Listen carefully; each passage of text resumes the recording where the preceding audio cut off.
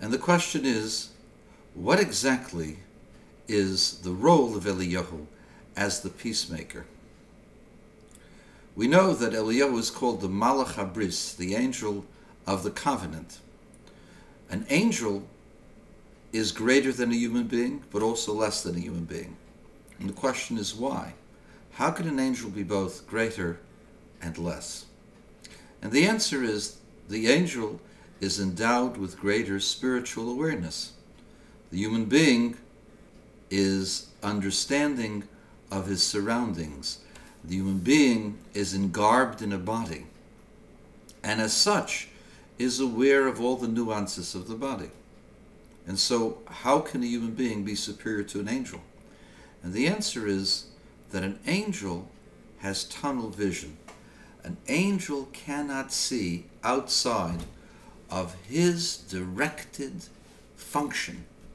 If you're a bad angel, you can't see the good. If you're a good angel, you can't see bad.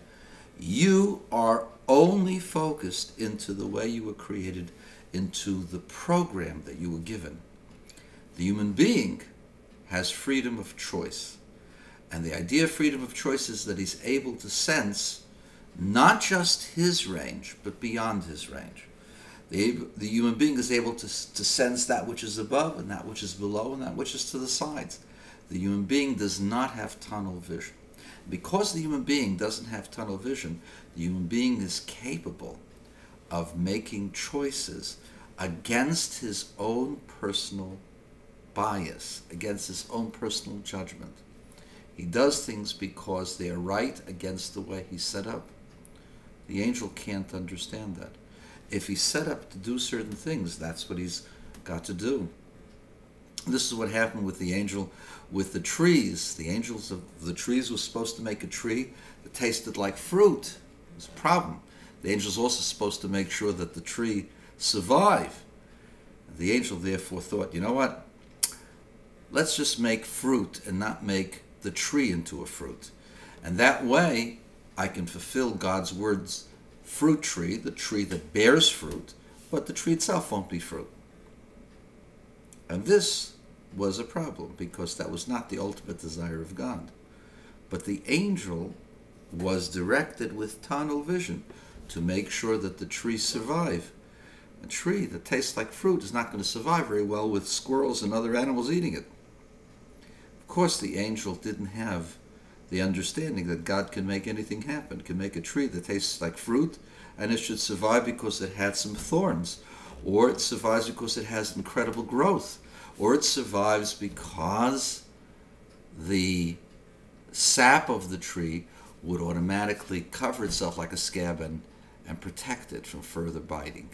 It might be different things that cause the protection of the tree, but it's not important. The angel did not understand that God could protect it in different ways. The angel's role was to protect the tree. The same way, the angel sees only one thing. And that's to a certain degree what happened with Pinchas. Pinchas saw only one way. Eliyahu, who was the reincarnation of Pinchas, also only saw one way. And if you crossed it, you were no good and you were gotten rid of. And so that's why Eliyahu could become an angel, because the angels see only one way. But Eliyahu still had the retention of being a soul, and a soul sees beyond. And in fact, God has made a role for Eliyahu that's totally opposite of his role as being a lawgiver, as being a punisher.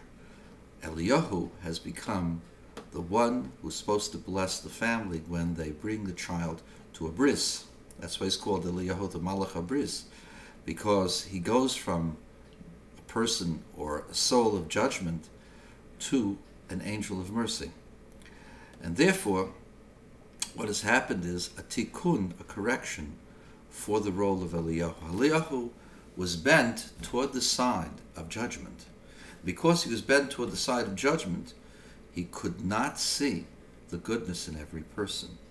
And that's why God had to take him away. But of course he was so fiery, he was so enthusiastic, he was so true and faithful, he was beyond the physical, became an angel. But as an angel, God didn't want Eliyahu to remain in his fixed way, because that would imply that something that's imbalanced is okay. Instead, what God did was balance Elij-ah over all of these centuries to be able to look with a good eye and to see the goodness in every person. And over the centuries, Elij-ah has now become balanced. And when a person is balanced, that's shalom, that's peace. And that is why Elij-ah, more than anyone else, can bring peace, because he had been on one side before.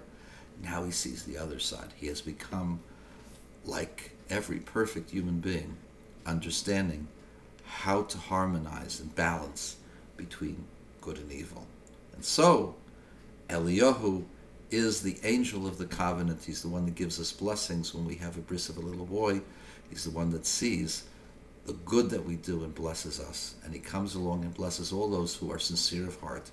And let us hope we will come face to face with Elij-ah very soon.